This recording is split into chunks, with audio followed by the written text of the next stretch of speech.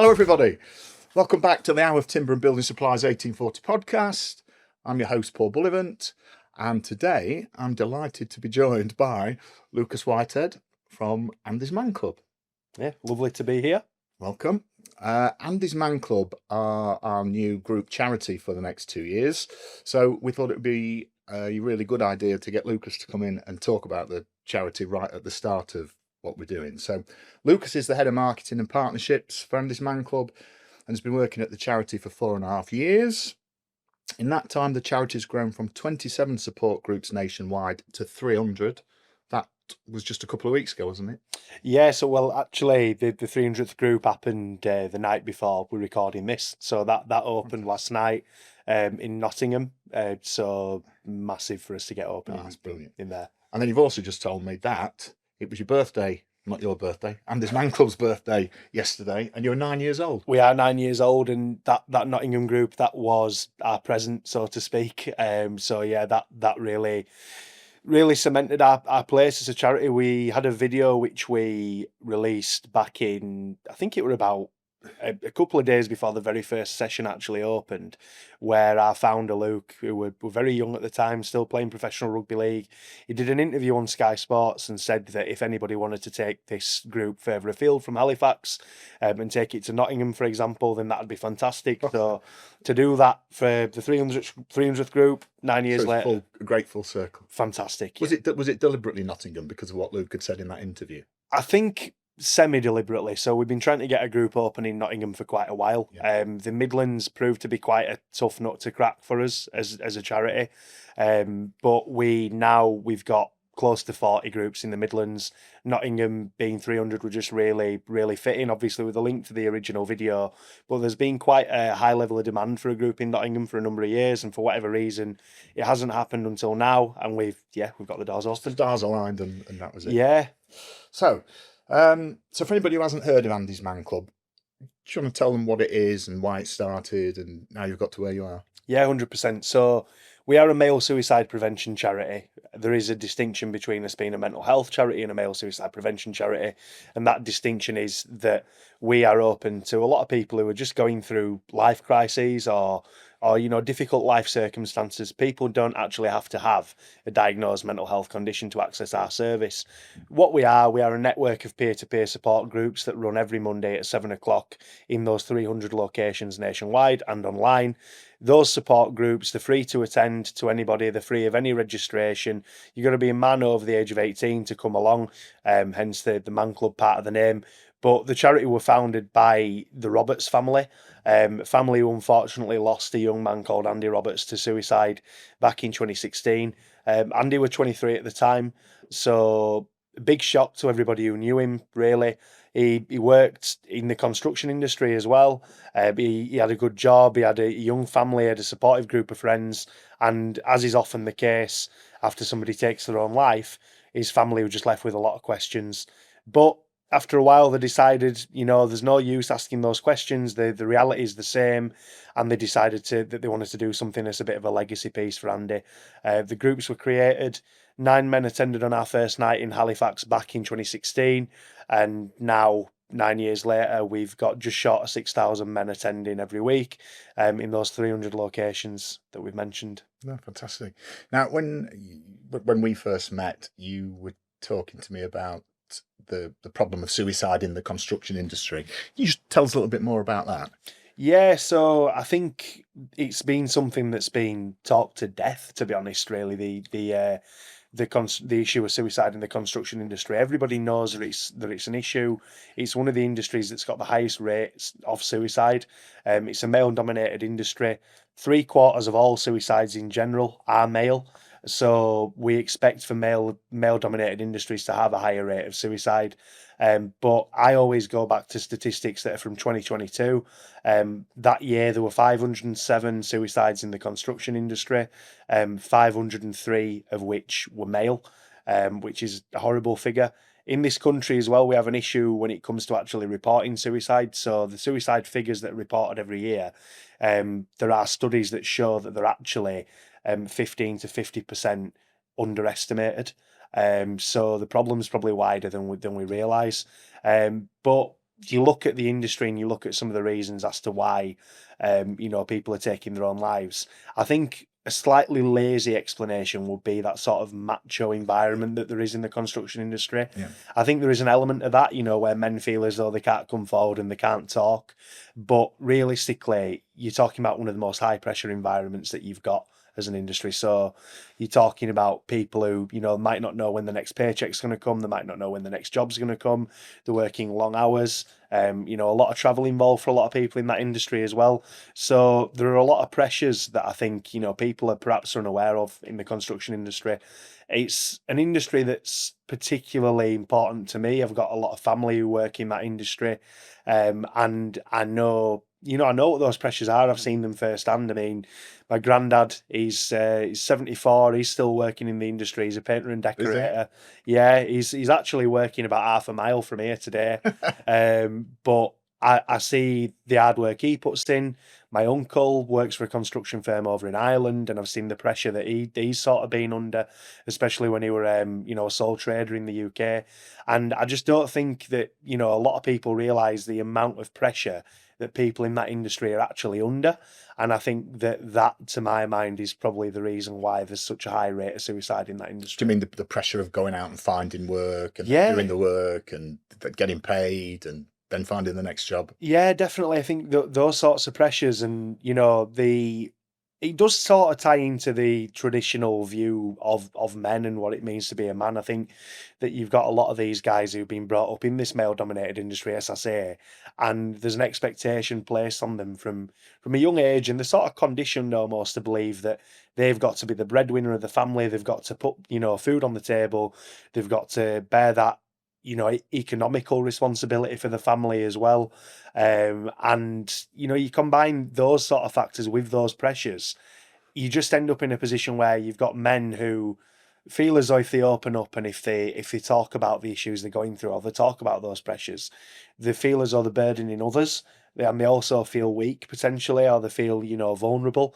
And what we want to do really is we want to show men across every industry that opening up and displaying that vulnerability, it's a show of strength. It's not a show of weakness. How do you work around that? So somebody comes to a meeting for the first time. It could be in a reasonably large group of, I don't know, 15, 20 people in a group. How do you get them to make the first steps and actually start talking?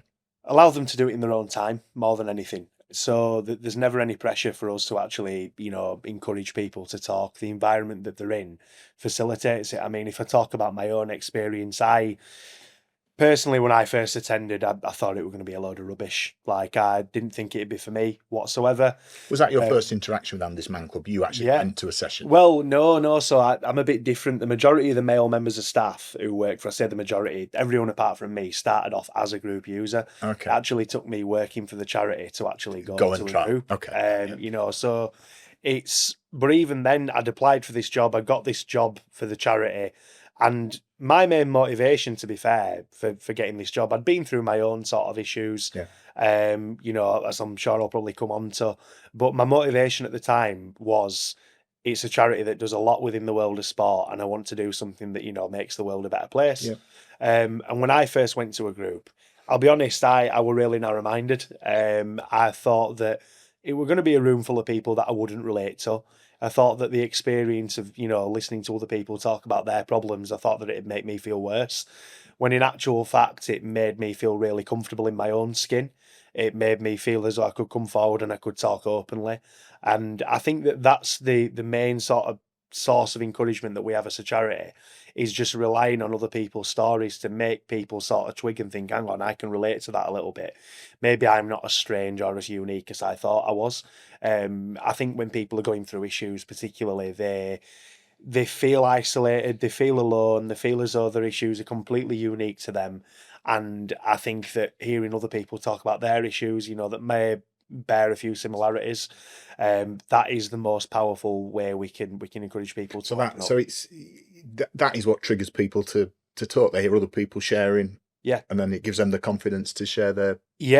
I think people think, oh well, if he can share that, then look what I can share. And I think that's when you walk into that room, it's bizarre, because I think the preconceptions people have are really different to what's actually going on in there. I think the rooms, you've got a perfect cross section of society, really, especially in some of the really busy groups that we've got, in major towns and cities.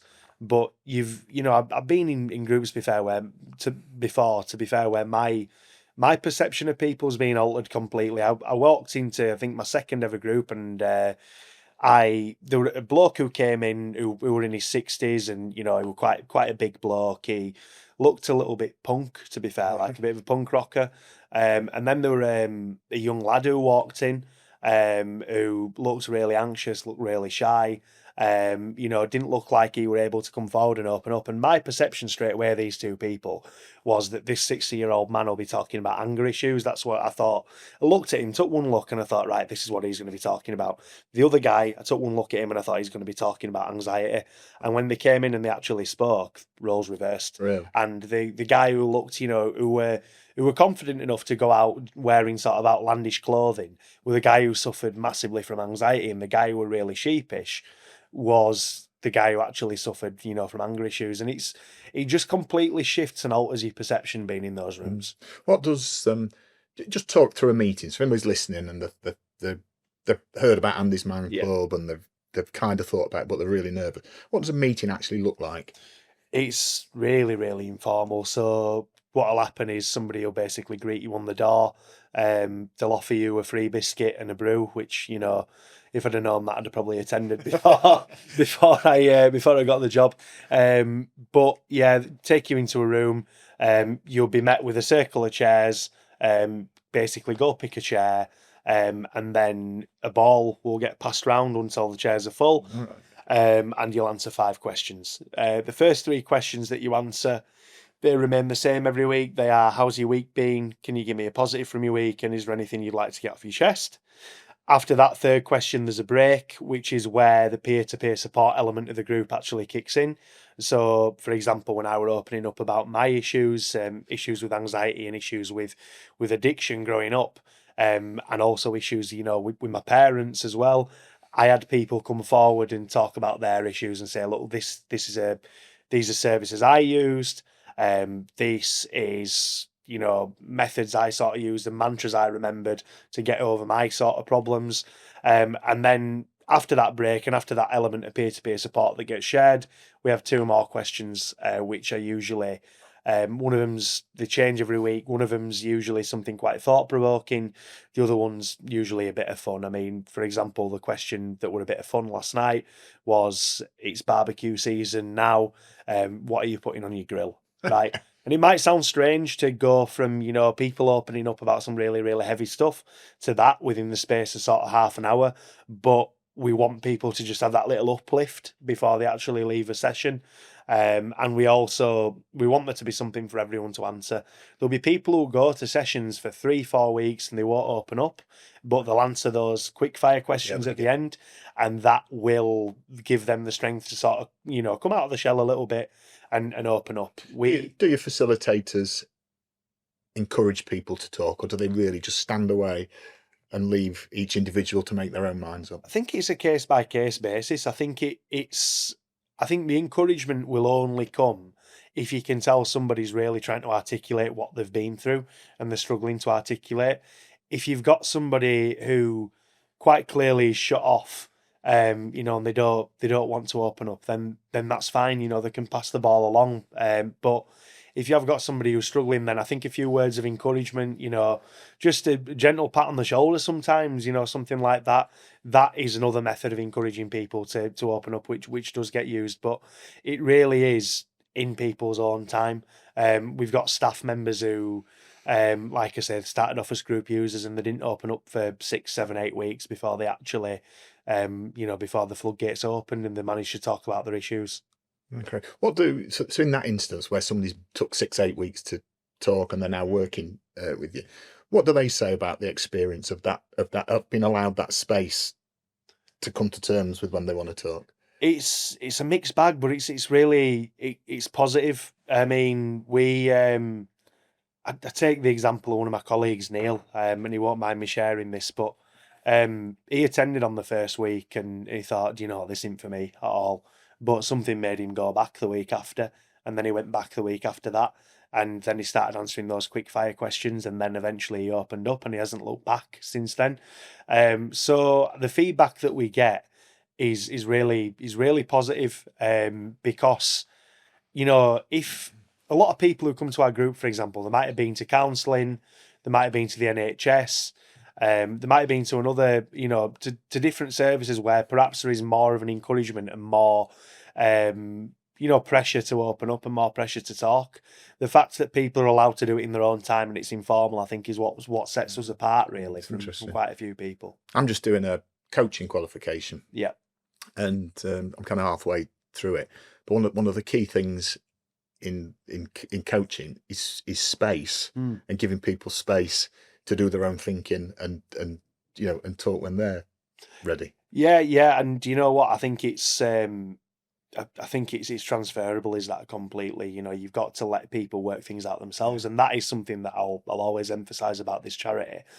It's not a place you come if you're looking for answers. It's a place you come if you want to open up and you want some help to find your own solutions and find your own answers to your problems. That's so important. So, and your facilitators who run the courses, are they trained in either coaching or elements of therapy or counselling? No, and that's deliberate. And we have got facilitators who have got psychology degrees, who are trained counsellors, but when they walk through the door, they're just Dave or Paul or whatever. It's to leave those qualifications at the door, and that's key. But the training that we give them is just on how to actually run our sessions to the best of their ability. Obviously, we get people coming forward who do need that more specialised level of support. Yeah. And those facilitators and volunteers that we've got, they have all the tools available, to refer people should they need to.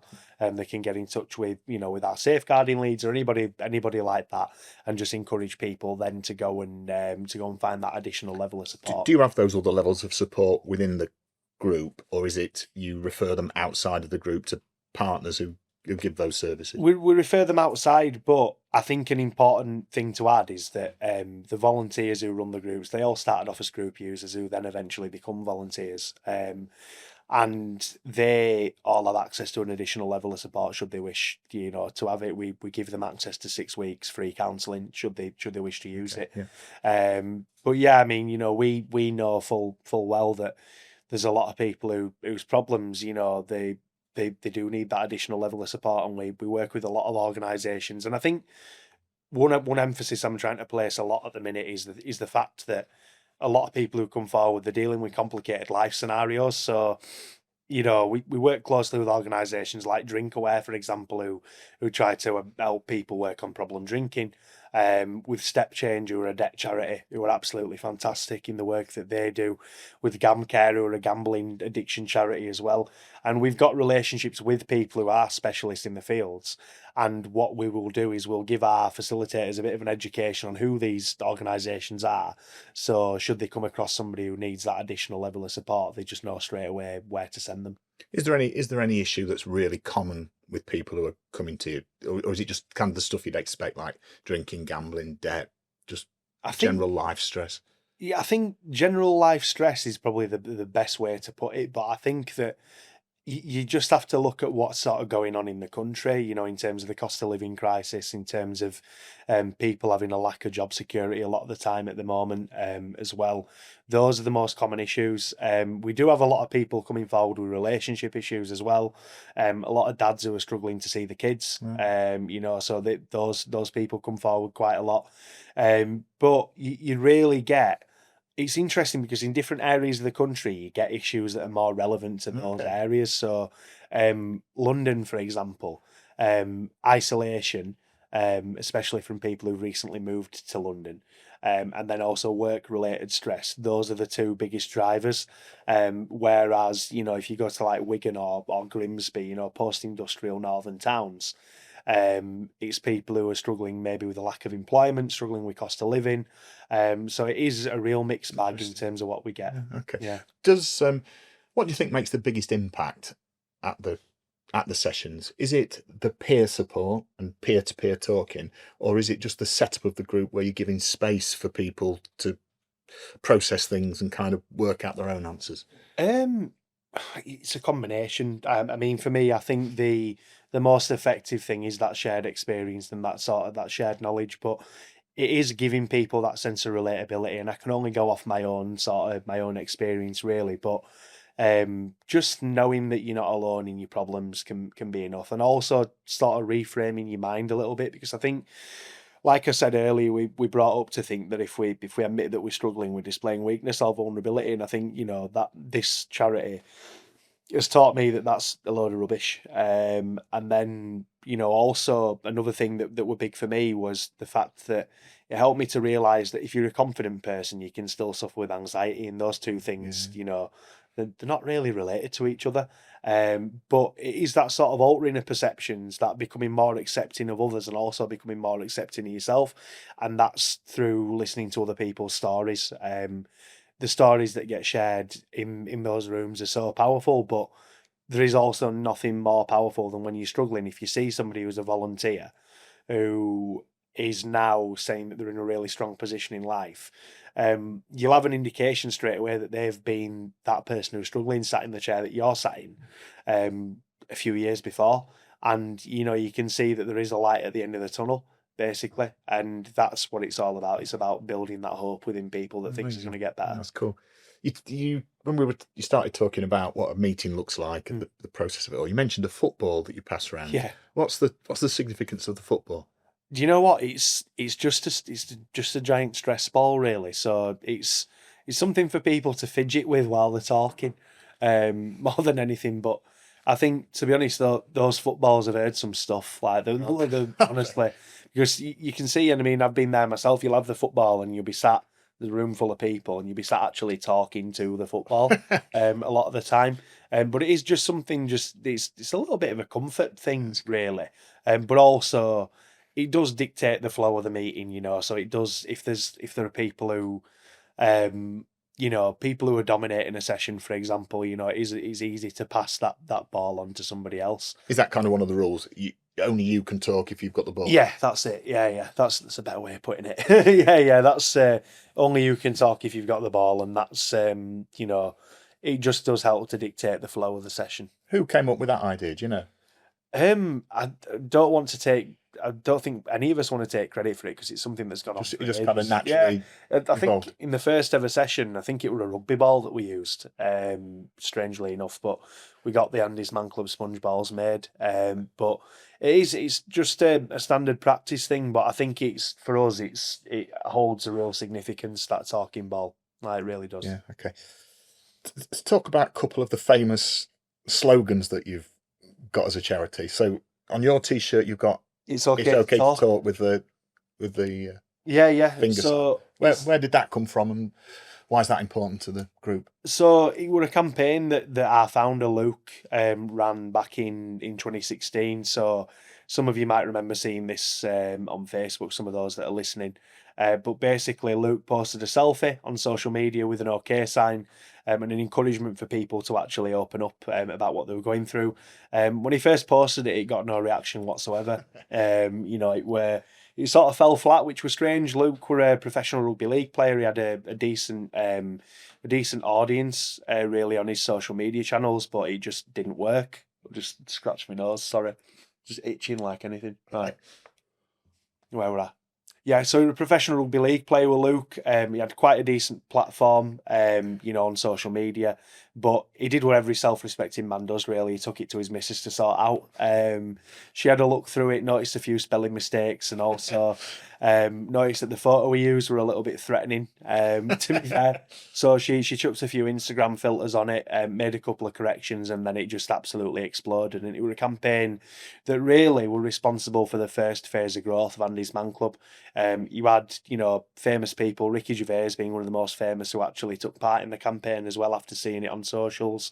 You had sports people who took part in the campaign as well. It hit around 100 million people worldwide, did the campaign when it went out. So that's really significant. But for us, it's something that we stick with. We'll always go with it's okay to talk as opposed to it's good to talk, or as opposed to it's okay to not be okay. The reason we go with it's okay to talk is, again, it's about that comfortability thing. It's all right if you want to talk. That's what we're saying. And then the other sort of hashtags, the one we sort of don't use whatsoever is it's okay to not be okay, because we view that, we get it, like, we understand the sentiment of, yeah, it's all right if you're not feeling all right, but realistically, it's not all right. You want to feel better, and that's what we want to encourage people to do. It really encapsulates the charity to a T, doesn't it? It's okay Yeah. to talk, because as you've talked to me, and we were talking about how we as a business could help you, and it struck me, you weren't going, can you fundraise, can you fundraise, can you fundraise? It was about, how can you help us get more people to come to the clubs to talk. Yeah, and that's key. That is the key for us. I mean, we'll always be motivated by that above everything else. We do a lot of really exciting, really cool stuff. I mean, we worked with Chris Kamara recently. We work with professional football clubs. Yesterday I were in Parliament, as I mentioned to you already. But for us, none of it really matters as much as getting people through the doors. That's what we want to do, and that's always the aim behind everything that we do. We want to, if we're working with a celebrity or we're working with somebody with a high profile, we want to use their profile to encourage other people to come along to the group. We'll never be that organisation that's like, shaking charity boxes at people or anything like that. The aim of everything we do is all geared around those Monday night sessions, and they take priority. And ultimately, if we do a good enough job at those and we get enough people through the door, then we're going to make a dent in those suicide numbers, which are still climbing year in, year out, and that's our focus. And I think that for us, the relationship obviously that we've got with Howarth now is really important, because we know that you're working again in a male dominated industry. You've got a number of branches nationwide. A few advocates within the business who I've spoken to already who are really passionate about this and this topic. And what you are is you're a vehicle for us to obviously get in front of more people, to encourage more people to come forward. And if your client base or your customer base or your followers or any of your staff want to come forward and open up, then that to us is more significant and more powerful than anything.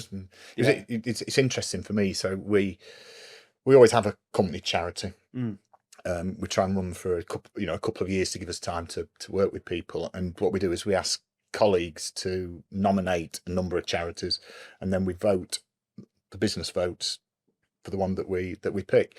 And when Andy's Man Club came up, I thought that's a really good one that would interest me, and I know a couple of colleagues who thought the same. But I thought it might be a bit too male, and obviously with a mixed workforce. But what really blew me away was the amount of female colleagues who actually said, no, we're really up for this, because we've had a husband, a partner, a family member who have been involved, and know what a massive impact it's made to them. And I think that role that women play can't be understated as well. It's expand on that, because one of my other questions to you, which you'd kind of half answered, so I wasn't going to bother asking it, was, what would you say to somebody who's listening, who's struggling but doesn't feel ready to speak up or walk through the door?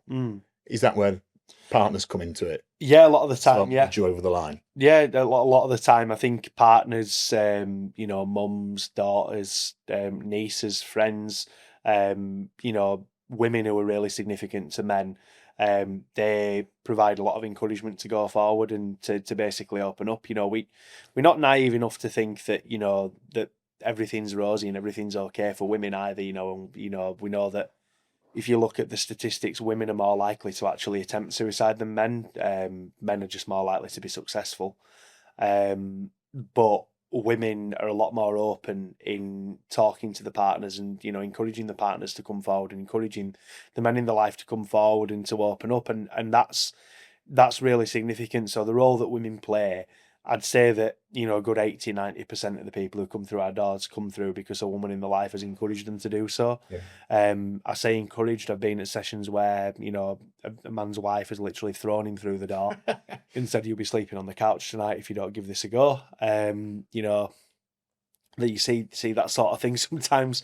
But the encouragement that I would give as an aside to that, to anybody who's considering going, but they don't, perhaps feel ready to open up or anything like that, just give it a go. The only thing you're going to lose is a couple of hours on a Monday night. versus potentially letting your problem get worse. If you let your problem get worse, we know that a lot of men, they only actually access support when they've reached that position of crisis. There's a horrendous statistic that we've been made aware of recently, which is that 3/4 of men who take their own life, they have not engaged with any sort of health service or any sort of, they've not accessed help basically. So you can look at that two ways. You can either think that, a lot of these men are going through life crises, which they are definitely, or you can look at it and think that a lot of men, they wait too long to actually try and access help and support. Why don't men try and access help through kind of the traditional channels? I think it does tie back into that sort of pride that a lot of men have, where they feel as though they're admitting defeat. A lot of men, to put it bluntly as well, I think there's we place too much of a relationship between mental illness and suicide as well. A lot of men who are perhaps feeling suicidal, they aren't mentally ill. They haven't got mental ill health. They feel suicidal because of the life circumstances they're going through. And a lot of men, they perhaps don't want to be labelled with that sort of mental health label. But also, I think that a lot of men are scarred by experience of opening up from a very young age. I think, little things like, boys not being allowed to cry at school, that type of thing, it just builds another layer of sort of resistance to opening up, and another layer of basically stopping you from accepting that there is something very wrong. And it's something that men are conditioned not to do. But I think we are starting to see a change, but we know from the work that we do that a lot of men who do open up through the traditional channels, through the NHS, for example, they're met with a lot of obstacles and barriers. It's not always the case, but we've heard stories of people being asked to fill in questionnaires, like ranking the mental health from 1 to 10, and it's stuff that's quite demeaning and stuff that needs to change, and hopefully it will change very soon. But I think that this, it's a non-traditional channel is what we're doing, but it is also painfully simple, and it's painfully easy to access as well. So. And so the big advantage of this man club is there's no referral, Yeah. there's no booking. You literally pole up 7 o'clock on a Monday. That's simple. And walk through the door. That's simple, and there can't be any obstacles. If you're a man who's struggling, or if you, even if you're a lady who's trying to find support for one of the men in your life, as soon as you see a barrier that could prevent you from actually accessing that support or finding that support for somebody, it's just got to be simple. It's got to be uncomplicated. It shouldn't be complicated for men to open up, but we know that it is, so we try to remove a few of those barriers if we can. And just for people who are listening who might be interested in coming to a group, how do they find their local group? So you can head to www.andysmanclub.co.uk. There is a full list of our locations on there. There's a map and a nice little group finder tool on there as well for people. But for those people who are listening who might want to just get to grips a little bit more with what it is we do, get more of a feel for it, I'd say follow us on social media. We're on every single social media you could imagine, pretty much. So yeah, Facebook, Twitter, LinkedIn, Instagram, TikTok. Give us a follow, see some of the stuff that we're up to as well.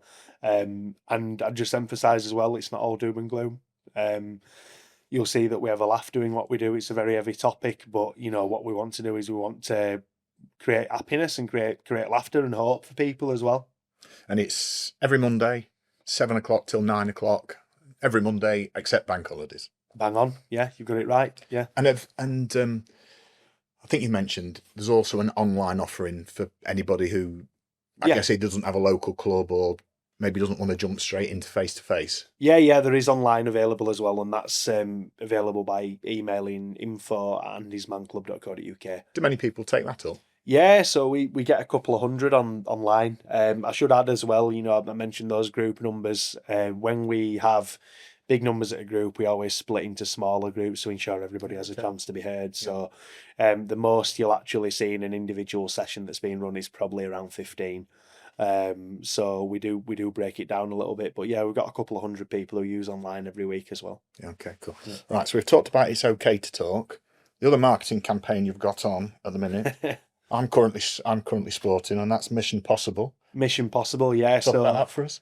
So our founder Luke and his friend Johnny, they had a bit of a madcap idea last year, which was to challenge themselves to do all 5 UK Ironmans this year. You know, as you do, because one's not enough. And basically, it just got them thinking. We're challenging ourselves to do something that we don't think is possible.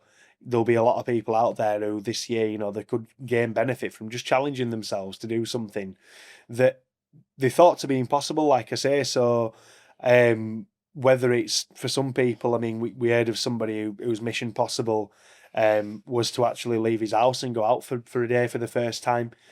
Somebody who were disabled, who struggled with the mental health issues. He managed to do that, and he went for a day out in Doncaster a few weeks ago. So ranging from stuff like that to these sort of mammoth challenges, we're just encouraging people to find what's possible for them this year, to challenge themselves sort of beyond the pale, and you know, just do something. And I mean, like I say, it doesn't have to be 5 Ironmans for me. My mission possible this year is to get back into racket sports. I was used to play racket sports when I was younger. I've started playing paddle now, so I'm one of those people. So you know, that's been my challenge, and it's benefited me greatly. You know, we've got people at work who one of them's Scarfell Pike, you know, that type of thing. So it's a range of challenges that we're encouraging people to get involved in, and then obviously just tag us when you do with the hashtag Mission Possible. So it's anything at all that you've just never done before. Yeah. It doesn't have to be crackers like Luke doing 5 Yeah. Iron. I saw Luke posting the other day in the run up to one of his Ironmen. Yeah. And he'd like travelled all over the country late at night, here, there, and everywhere, and then did an Ironman at the end. Yeah, he's just a different breed completely. I mean, I saw him a couple of weeks ago. We filmed a video of him doing a bit of a cycle in preparation for an Ironman, and he'd I think that morning he'd done 120 miles or something. Something ridiculous. Like, got up early, did 120 miles on his bike, and then I think he were off up to Inverness that afternoon. So yeah, just wild. Like, he's he'll get it done though, 100%. We know what he's like, but it can be anything. It doesn't have to be those 5 Ironman challenges, you know, or anything like that. It could even be teaching yourself how to cook a new meal. You know, it can be anything that you just didn't think were possible, or that you didn't think you could do. Learning how to do it and doing it. Could it be one of my colleagues coming on a podcast who never thought he could come on a podcast before? Someone like D. Someone like D. Yeah, someone that like could D. Be that'd be a great one, wouldn't it? Yeah, he might even get a T-shirt if he does that. You know, we've got some in car. I'll have to see whether I can get him on, and he could host it, couldn't he, with Mission Possible? He could do. That'd be good. Yeah, that'd be really good. It's a good idea. I'll see what we can do with that. Yeah.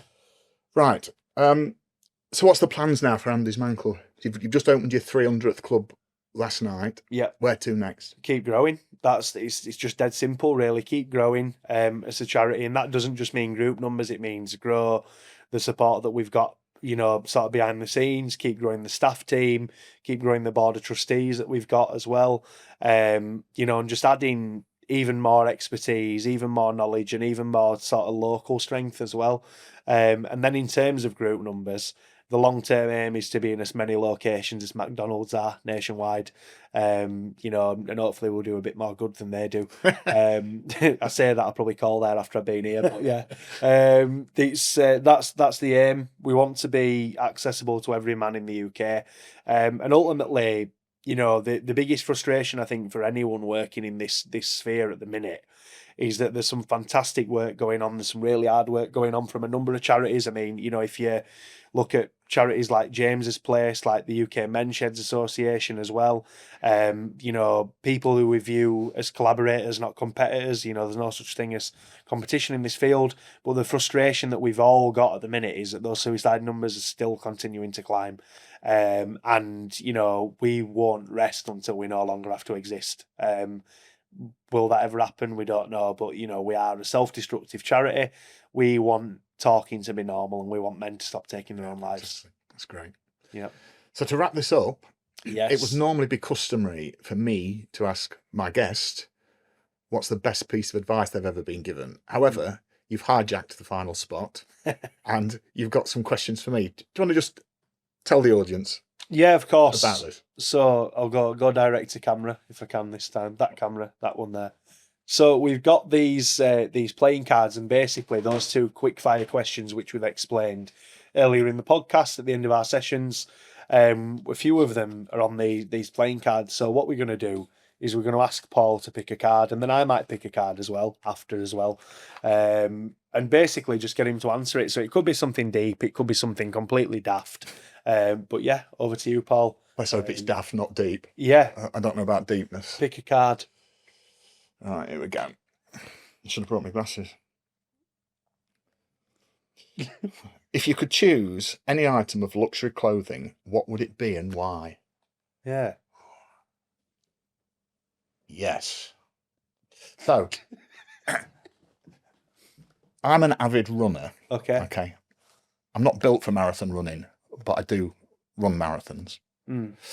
And when I go to races, I see all these people wearing these Nike, I think they're called Vaporfly, high-tech shoes with I don't know, it's got like titanium or something in that apparently makes you run faster. Yeah. That's what I need. Very good. But I don't just need it to shave off like 2 minutes. I need like an hour and a half hacking off mine. So they'd have to be the best Nike Vaporflies in the world. They are very, very comfortable, Luke, as a pair. Luke So yeah, definitely. They're lovely. I need some of those, Luke. Very good. Right. You give him a shuffle. That was a good one. Question. This is better than my best piece of advice. Yeah, well, do you know what? That is probably in there. What's the best piece of advice you've ever been given? I think if you don't mind and in full support of the charity, I'm now going to adopt this as our final question on all of our podcasts. Definitely. Let's go for that one. Oh God. What is one of your favourite attributes about yourself? Oh, come on, be my good looks. No, your legs. Yeah, I've got big legs, to be fair. Favourite attributes about myself, I'd say I'm a bit of a fountain of useless information and useless knowledge. So I'd say that, to be honest. So I've applied to be on the Chase as well. All right. So I've got auditions coming up, and hopefully that'll, it won't only be a nice attribute. Hopefully it'll help me make a bit of money as well. But I've got a lot of random areas of expertise. One of them's Italian football. Okay. So that'd be my mastermind subject. What's your favourite Italian team? Lazio. Yeah, because I went to go see him play. I've seen Lazio, I've seen Napoli, I've seen AC Milan, Atalanta. You're proper. Yeah, Serie A fan, aren't you? I love it, absolutely love it. But yeah, Lazio just hold a special place for me. So yeah, they're my team. Lucas, it's been an absolute delight having you on. You have been a fantastic guest for us. I'm going to have you on again before we finish our next season, so we can talk about what we've been doing and where we've got to. Yeah. In the meantime, so thank you. In the meantime, to our audience, thank you so much for joining us again. I hope you've enjoyed it. If you have enjoyed it, it'd be great if you could like and subscribe to any of our feeds. And it'd be even better if you could share what we're doing with anybody who you think might be interested. And then I guess the final thing to do, as soon as it's Andy's Man Club, is to say, it's okay to talk. Thank you. Cheers.